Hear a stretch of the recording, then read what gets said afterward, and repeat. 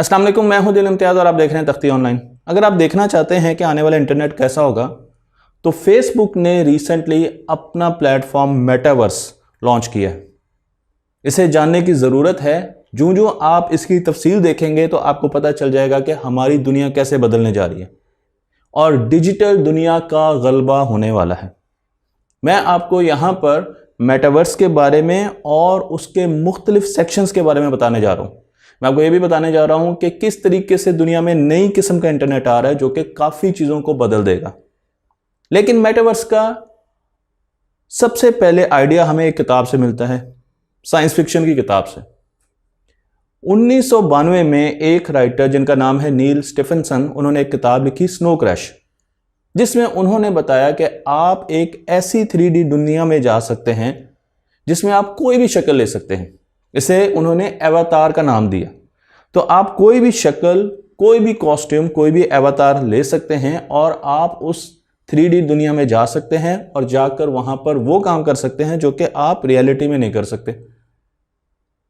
इस कॉन्सेप्ट को बहुत ज़्यादा शोहरत मिली और आज मेटावर्स नाम इसी नॉवल से आया है, क्योंकि इस जगह का नाम मेटावर्स रखा गया था। 2D इंटरेक्टिव गेम्स तो आपने बहुत खेली होंगी, जिसमें इकोनॉमी भी है और सोशलाइजिंग भी है। यानी हम पैसे खर्च करते हैं, टोकन्स लेते हैं और साथ साथ लोगों के साथ मिलकर खेलते हैं, सोशलाइज करते हैं। इस किस्म की गेम्स में सरे फहरिस्त हैं सेकंड लाइफ, फोर्टनाइट, माइनक्राफ्ट और रोब्लॉक्स। मज़े की बात यह है कि मैंने इनमें से कोई गेम आज तक नहीं खेली, लेकिन इन गेम्स ने हमें 2 डायमेंशनल गेम्स विद इंटरेक्टिव, यानी गेम हमारे साथ कम्युनिकेट कर रही है और हम उसके साथ कम्युनिकेट कर रहे हैं। लेकिन मेटावर्स इससे भी अगली चीज़ है, जो कि एक 3 डायमेंशनल इंटरेक्टिव गेम बनने जा रही है और इंटरनेट का नया वर्जन लाने जा रही है।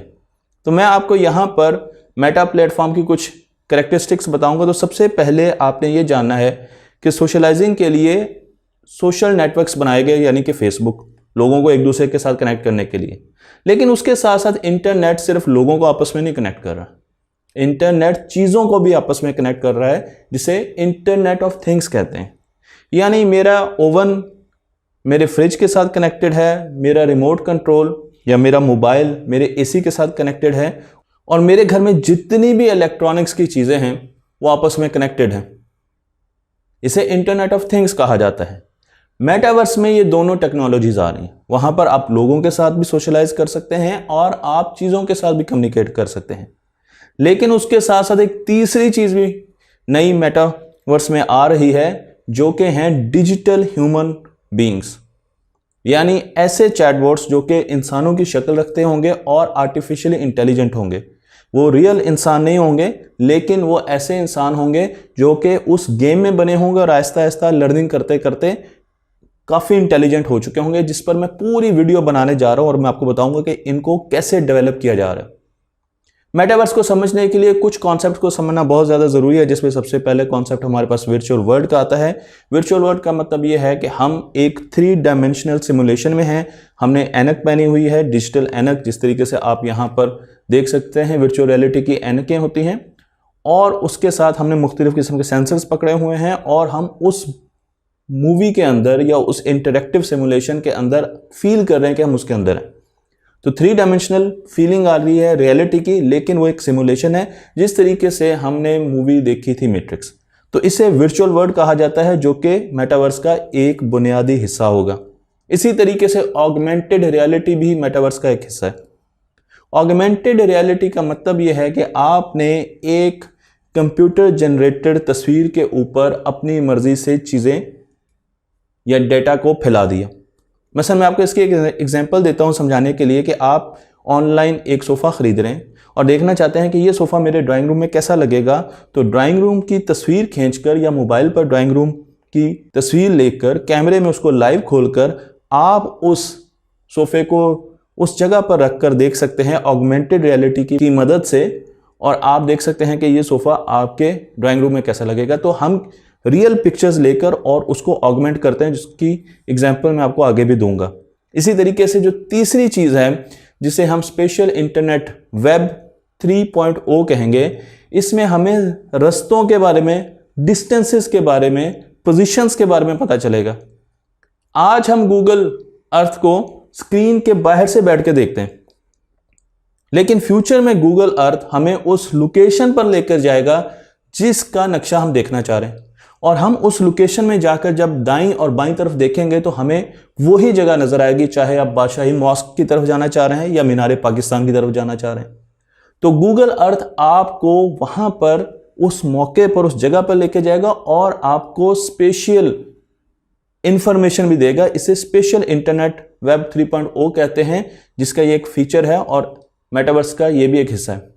फेसबुक ने मेटावर्स प्लेटफॉर्म को लॉन्च किया, उसमें आप अपनी ऑनलाइन लाइफ जिंदगी गुजारने जा रहे हैं। इसमें बहुत सी वर्चुअल कम्युनिटीज होंगी जिसमें आप कनेक्ट होंगे, इसमें बहुत सी वर्चुअल स्पेसेस होंगी जहां पर आप रहेंगे, और ये स्पेसेस वर्चुअल स्पेसेस रियलिटी में स्पेसेस के साथ कनेक्टेड होंगी। तो अब आपका फेसबुक का होम पेज नहीं होगा, आपकी होम लोकेशन होगी, वर्चुअल लोकेशन होगी, आपका एक घर होगा जिसे आप अपनी मर्जी से सेट कर सकेंगे। उसमें आने जाने को आप कंट्रोल कर सकेंगे, आप देख सकेंगे कि आपके घर में कौन पैगाम लेके आ सकता है और कौन पैगाम लेकर जा सकता है। ये आपकी वर्चुअल रियलिटी है और इसमें इमोशंस भी होंगे, आप मुस्कुरा भी सकेंगे, आप इमोशंस भी फील कर सकेंगे, आप थिंकिंग के जरिए चीज़ों को कंट्रोल कर सकेंगे। आपको सेंसर्स की ज़रूरत ज़रूर होगी शुरू में, लेकिन उसके बाद आपके पास ऐसे एडवांस सेंसर्स आएंगे कि आपको थिंकिंग के जरिए इन चीज़ों को कंट्रोल कर सकेंगे। इस प्लेटफॉर्म में आपको टाइपिंग की और क्लिक करने की ज़रूरत नहीं होगी, बल्कि अपने जेस्चर्स के साथ आप दूसरे लोगों को चीज़ों को समझा रहे होंगे कि आप उनको क्या कहना चाहते हैं। तो इमोशंस भी होंगे, जेस्चर्स भी होंगे, बातचीत भी होगी, वो सारी चीज़ें होंगी जो हम रियल वर्ल्ड में करते हैं। इस टेक्नोलॉजी के लिए हमें बहुत से सेंसर्स की ज़रूरत होगी, जिसमें एक है ऑकुलस VR हेडसेट, जो कि $300 की आपको वर्चुअल ऐनक मिल रही। अगर आप सॉफ्टवेयर रूम्स की बात करें या लोकेशंस की बात करें तो आप किसी भी जगह पर जाकर मीटिंग कर सकते हैं। अगर आपने स्पेस में जाकर मीटिंग करनी है तो स्पेस में आपको बिल्कुल वैसा ही एटमॉस्फेयर मिलेगा आपके एवेटार को जैसा कि वहां पर होना चाहिए, क्योंकि इस सॉफ्टवेयर में एक फिजिक्स इंजन भी है जो कि आपको बताएगा कि अगर आप मार्स पर मीटिंग कर रहे हैं तो वो मार्स जैसी चीज़ों को और उसकी कंडीशंस को और उनके नेचुरल लॉज को सिमुलेट करेगा। नेचुरल लॉज तो हर जगह सेम होते हैं, लेकिन उनके पैरामीटर्स को सिमुलेट करेगा। इसी तरीके से अगर आप ग्रेविटी में जाते हैं, जहाज में बैठते हैं, तो आपको बिल्कुल वो वाली एटमॉस्फेयर मिलेगी। तो हमारे पास फिजिक्स इंजन है जो कि चीज़ों को बिल्कुल वैसे ही डिपिक्ट करता है, सामने लाता है जिस तरीके से वो रियलिटी में हमारे यूनिवर्स के बीच में है, और आपको तस्वीरों में ये इंफॉर्मेशन और ये चीज़ें नज़र भी आ रही हैं।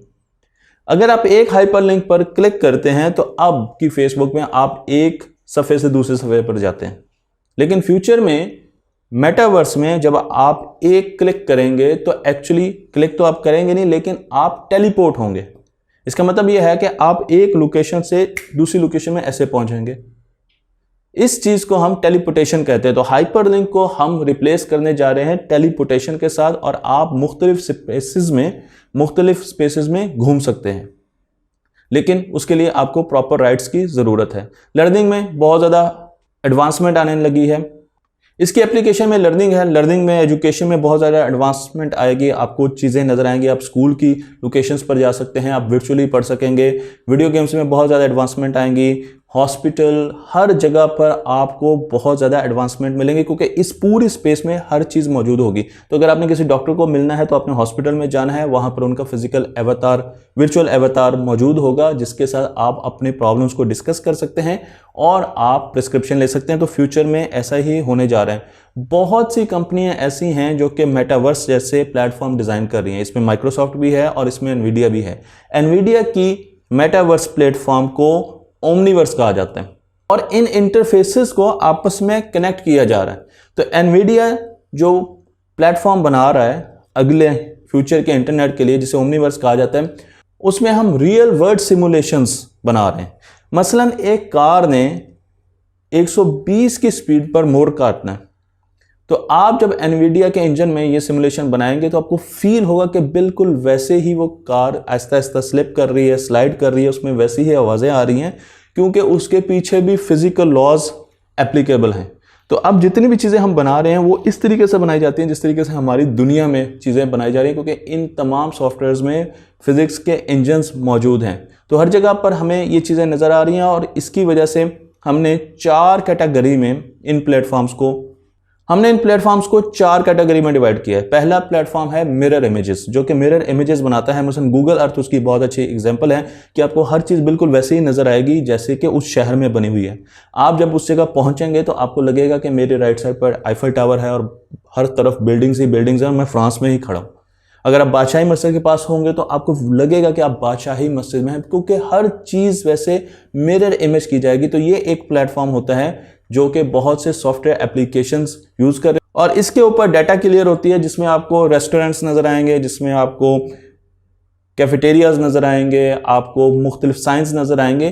तो वो सारा का सारा डाटा इसके ऊपर होता है। दूसरी जो हमारे पास एप्लीकेशन है वो है लाइफ लॉगिंग की।